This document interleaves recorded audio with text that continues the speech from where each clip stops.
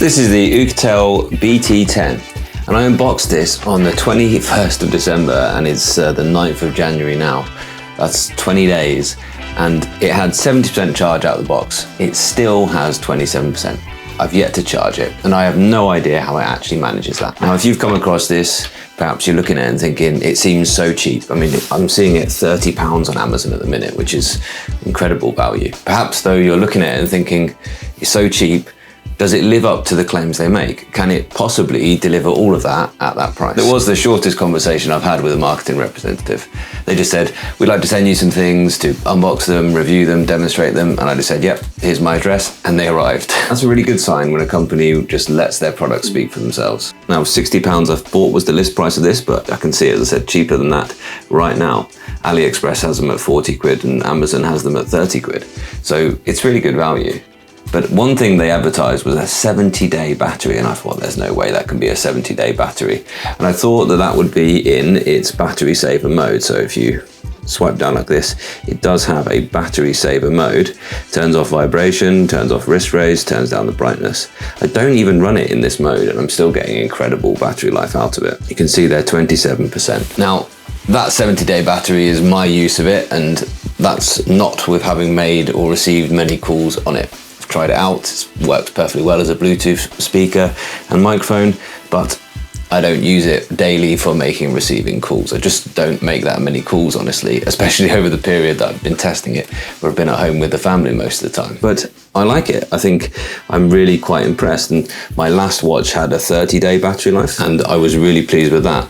But this is even better. For it to be an AMOLED screen with 466 × 466 pixels, with 650 nits of brightness, then I'm amazed that they can actually get it to run that long without it feeling overly heavy. It says it has a big battery, it's a 400 odd milliamp hour battery, but the point is that they're getting incredible performance out of that battery. On their official site, it says the standby time is 600 hours and the cooling time is 6 hours, and the charging time is just 2.5 hours.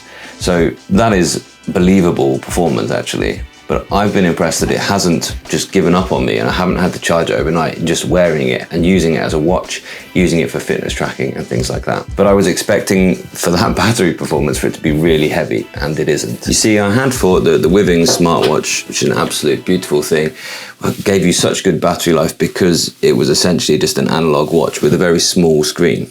So the only thing drawing the power was the sensors and the Bluetooth, essentially. But this manages to be an AMOLED screen, so you can do many more kind of smartwatch feature things on here and still give you even better battery life. Of course, the relative attractiveness of the two watches, there's not a lot in it. I much prefer the look of the Withings. But for something that's rugged, just for sport, I couldn't see past really spending just 30 quid on this as an extra option. So I do like it. It did take me a little while to set it up how I wanted it, but now with a less garish watch face, and of course there are lots of different options of watch faces to suit your taste, and I had to look through the app to stop it vibrating for just literally anything that was happening on the phone.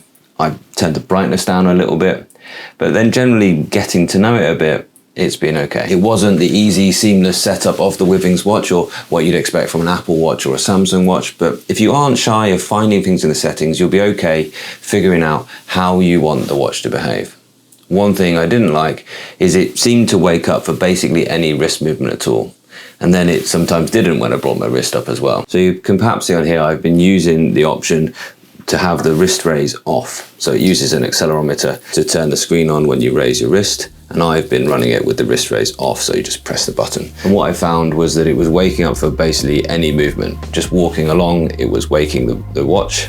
And then sometimes it wasn't waking up when I wanted it to. And so not running that wrist raise has probably improved the battery life as well. The battery is probably never going to get you 70 days unless you were to run it full time in the battery saver mode. But that would be an option if you did need it to go for a very long time. Initially, I thought I was getting just 5 or 10% a day, but now it's more like 2 or 3%. So it's really good to not have to charge it every day. I thought initially if I could get just 1 week out of it and just charge it the weekends, I'd be glad. But it really has gone all month and probably will go longer than a month on a full charge. It's not really a fair comparison to compare it to the Withings, because if you were to buy a watch like this, you're buying it for a very different reason. This is the stylish watch that you can wear to a dinner date as well as to play sport in. But maybe compared to the Seconda watch that I tried last year, this one is even cheaper, but it has more pixel density. It can do more things, including including calls, and you can access an AI assistant on here, obviously Bluetoothing to your phone. It's got heart rate, blood O2, blood pressure, which you can take a measurement on demand from the app like this. I'm not sure exactly what I'm getting wrong there, but it did work from time to time in any case. It does have that killer battery, and that makes it compare really favorably with the little kind of cheap band smartwatches that you might get from Oppo and Xiaomi. I'm also importantly not worried about bashing it.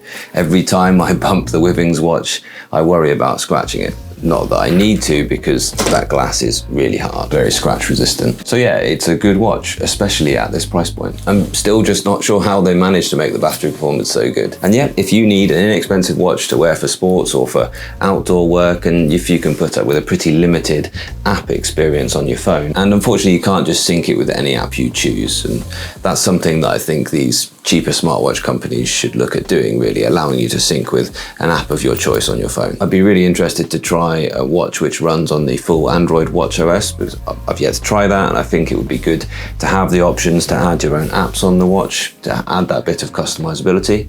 But in the meanwhile, I can tell you that this does the major things that a smartwatch needs to do, and it does them just fine. It does have loads of sports modes, although I have found it really hard to find the actual results of the sports training in the app. Also, I find that it overestimates how many steps I'm doing. I'm not sure about that. I haven't been wearing the two watches at the same time, but it's more than I was getting when I was wearing the Withings watch. I think maybe that accelerometer is a bit sensitive, but actually the whole watch is okay. And if you're in the market for an inexpensive watch that can basically do it all, you'll be really happy here. And I don't know if you can tell, but I'm quite taken with that battery performance.